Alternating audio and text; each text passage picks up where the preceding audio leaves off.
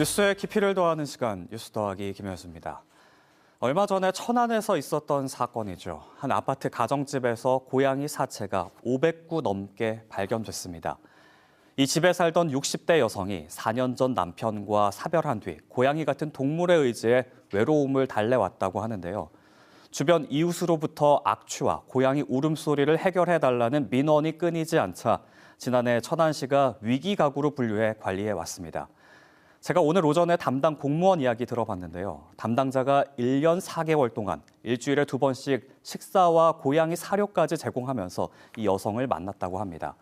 그렇게 친밀감을 쌓은 뒤에야 집 내부로 들어갈 수 있었는데요. 생각보다 상태는 더 심각했던 겁니다.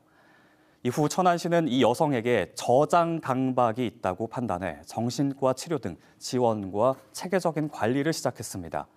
하지만 저장 강박은 앞선 사례처럼 치료를 위해 마음문을 열기까지 시간이 오래 걸리고요. 재발도 잦은 편이라고 합니다.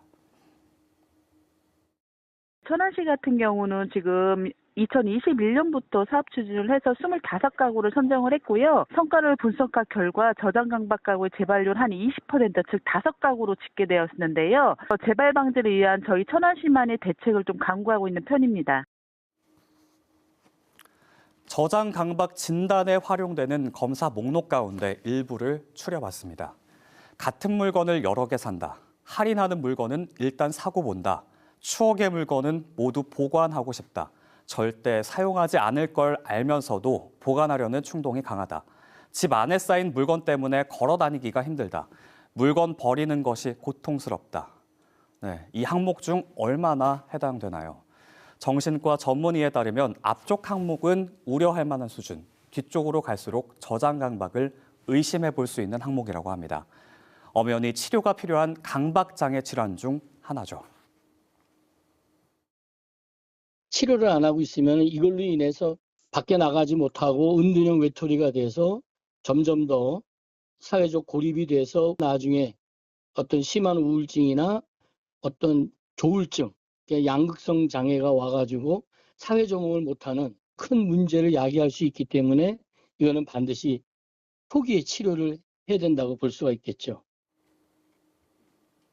현재 우리나라에서 저장 강박 관련 통계는 강박 장애로 함께 묶여서 집계되는 환자 수가 유일합니다.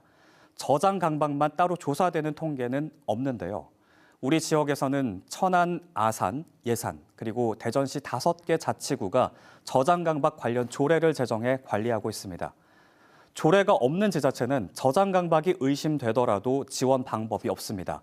행정 절차에 따라 청소를 명령하고 따르지 않을 경우 과태료를 부과하기도 하는데요. 저장 강박에 대한 근본적인 해결은 아니다 보니 대상자의 증상은 더 심해지기도 하죠.